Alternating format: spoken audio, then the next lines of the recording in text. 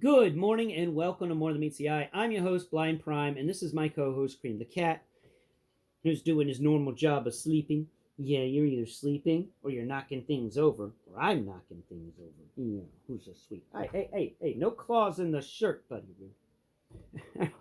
So today we're going to be talking about Transformers: Age of the Primes, Soulless Prime. And before we get into it, please, like, share, and subscribe, and comment below. Let me know out of the 13 primes, which is your favorite. I haven't really made my decision yet, but it's probably Nexus.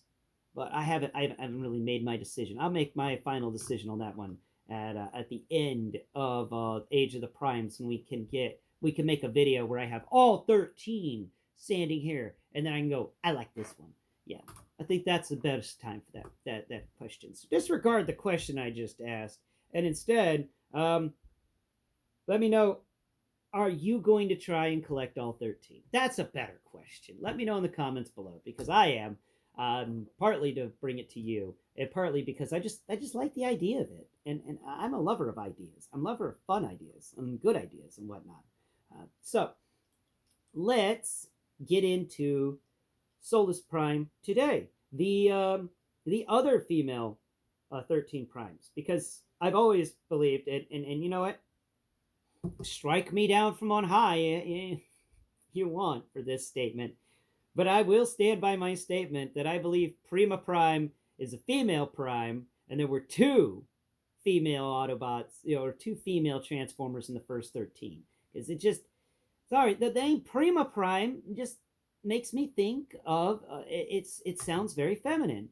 And I know it's probably in the comics a masculine individual, but I never read the comics, so I just went by the names. And when I heard the name Prima Prime, I was like, yeah, that makes sense that's a female.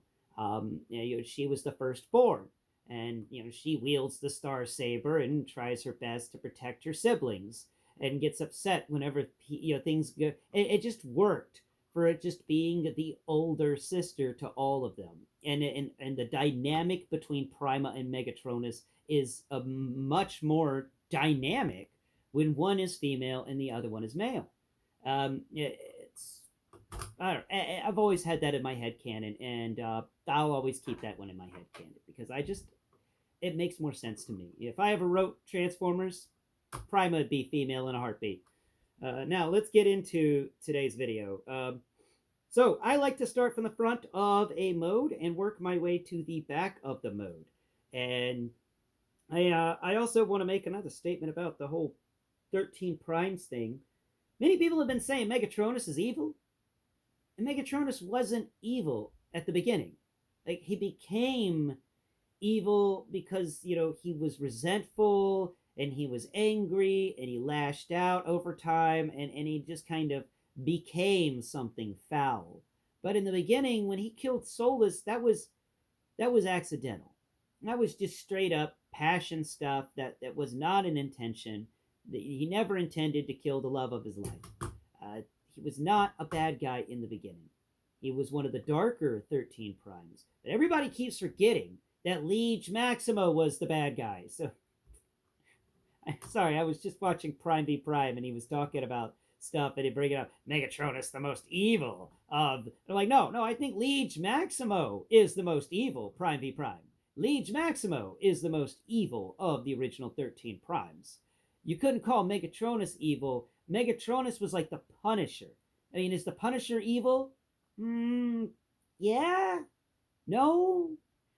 See, that's Megatronus. Megatronus, I think, is more akin to the Punisher. Liege Maximo, straight up the Kingpin. Without a doubt, the Kingpin. All right, if we're going to compare things like that. So, Liege Maximo, the bad guy.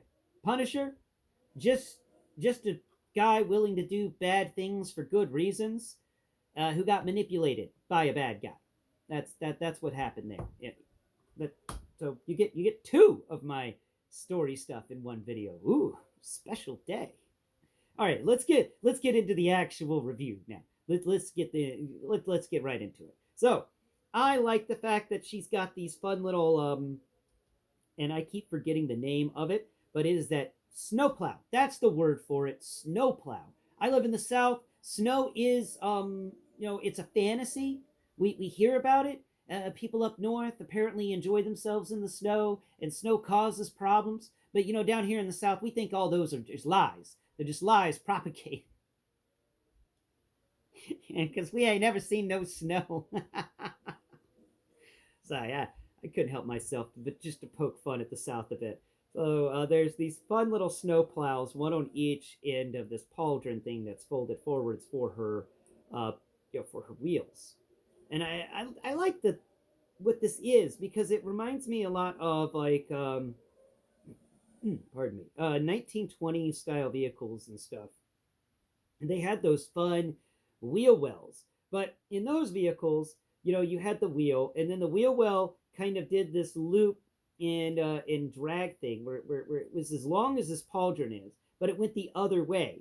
So I like the fact that they flipped it around and like, you know what? That long wheel well from the 1920s, what if we moved it 180 degrees and the long part of that wheel well was actually in front of the wheel? And I like it. I think that's a neat approach. That's creative and it's fun.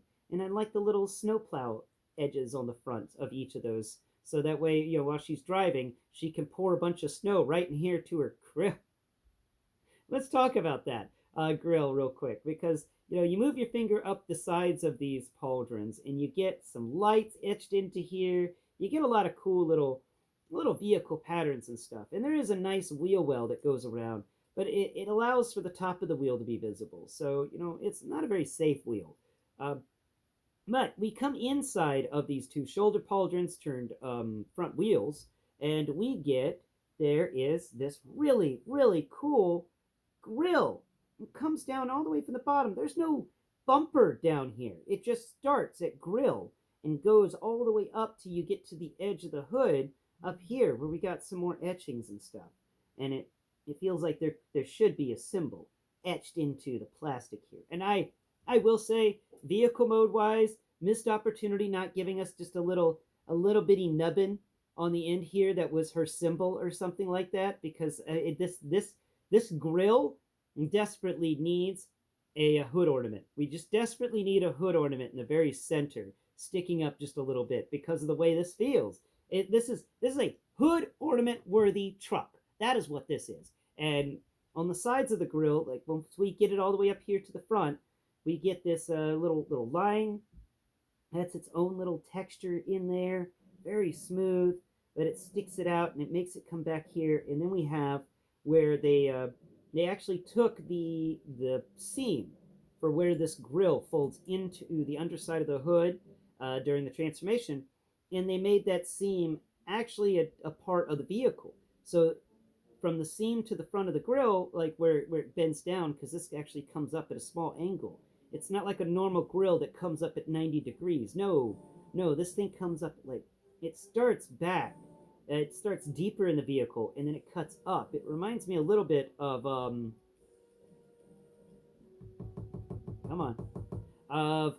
the Jawa's vehicle.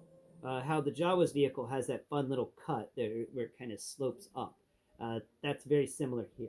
Anyway, back to the hood. We've got this hood. It's got a little rectangular port piece there, but there's not really much going on the hood. That's why I said there needed to be an ornament. There's only just one difference, and that's in texture, and that's right where this bend is that we talked about earlier. That separates the grill section from the rest of the hood and makes it, it seems like a nice separation there. I really hope they painted that a silver or a chrome. Really would make it pop. Because the rest of this grill, the rest of this hood just feels like regular truck stuff. And it does. There's no rear view mirrors because, we're on Cybertron and they don't believe in them. But they don't believe in mirrors. No, they don't. They just, don't have regulations for rear view mirrors. Anyway, really fun textures going on the front of the vehicle. Come over here to the windshield and we get another 1920s kind of kickback here where we get two windshields inside of one big rectangle. So two little squares inside of one big rectangle, and that is very, very similar to 1920s. Like this is feeling like some sort of sci-fi-esque 1920s vehicle. Like somebody was just like, let's take a utility truck from the 20s and mesh it and see, 100 years later plus some sci-fi. We get this. This is fun. Coming over here to the edge on the side here, we've got these really where everything plugged in, but it feels bulky.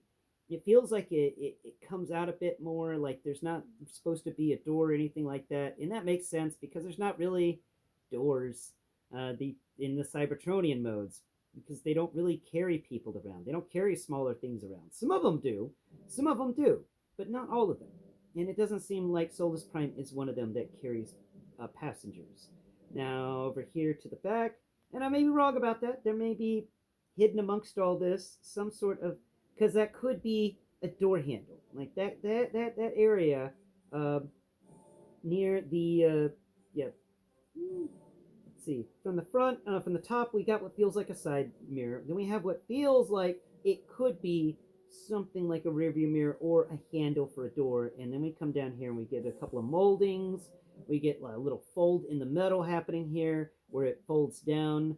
And then we get this little side running bar that has a siege port on it that runs between the front wheel and the back wheel.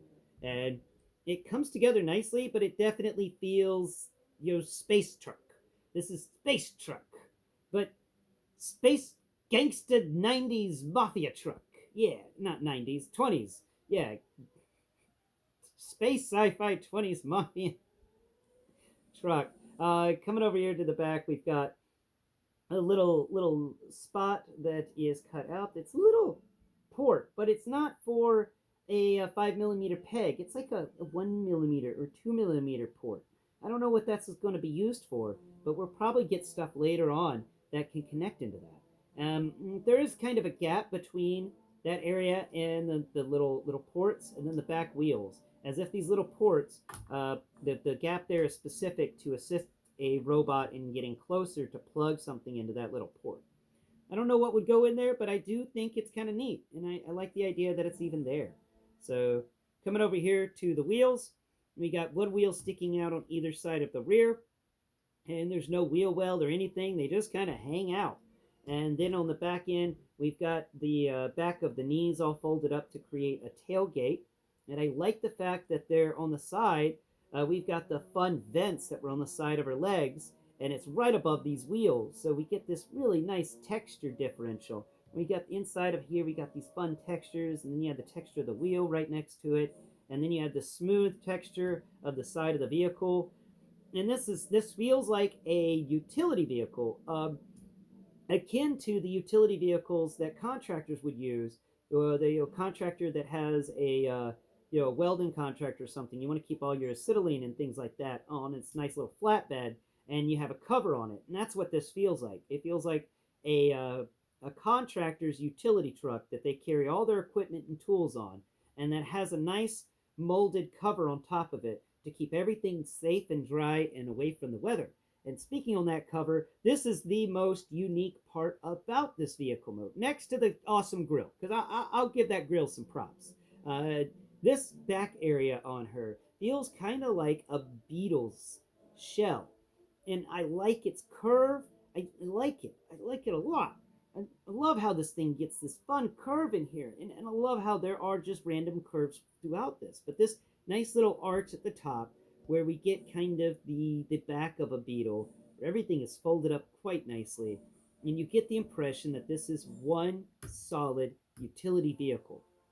And because she is a smith, she transforms into a utility vehicle. It makes sense. And she's a classy gal, so she transforms into a utility vehicle from the 1920s that's been Cybertronianized.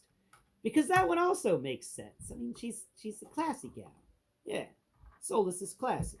Anyway, that's been my review on Soulless Prime. For vehicle mode, I'm going to have to give her an A. I do think this is a unique and creative vehicle mode. I love it as a Cybertronian mode. I love me some good, solid Cybertronian modes that have barely any connection to an Earth mode. Like the connections that this thing has to Earth, I've mentioned. And that is 1920s utility vehicle, and that's about it. Everything about this guy otherwise is different. Just it's got those memories of a 1920s utility vehicle. You know what it feels like? Some entrepreneur found a decrepit 1920s utility vehicle in a in an automotive graveyard and proceeded to take it and redesign it and rebuild it into a sleek and awesome 2020s utility vehicle, maybe 2040s utility vehicle, whatever. Thank you all so much for watching today's video. She gets an A minus for no an A for the vehicle mode. She got an well, no, I gave it an A plus for vehicle mode. A plus for vehicle mode, A minus for robot mode, and B plus for her her transformation. Sorry, the name just slipped my mind there for a second. Uh, B B B plus for her transformation. That comes out to be an average of just an A minus. So not too bad, not too shabby for her. A minus overall, in my opinion. An excellent quality transformer, great transformation, great robot mode, and a wonderful vehicle mode. The only negative, the biggest negative of that transformation is it is an advanced transformation, and there's some things that fall off on it. But that's about all I got to say on Soulless Prime. Thank you so much for enjoying me, or for joining me as we talked about this wonderful, wonderful transformer. Until next Prime, bye bye for now.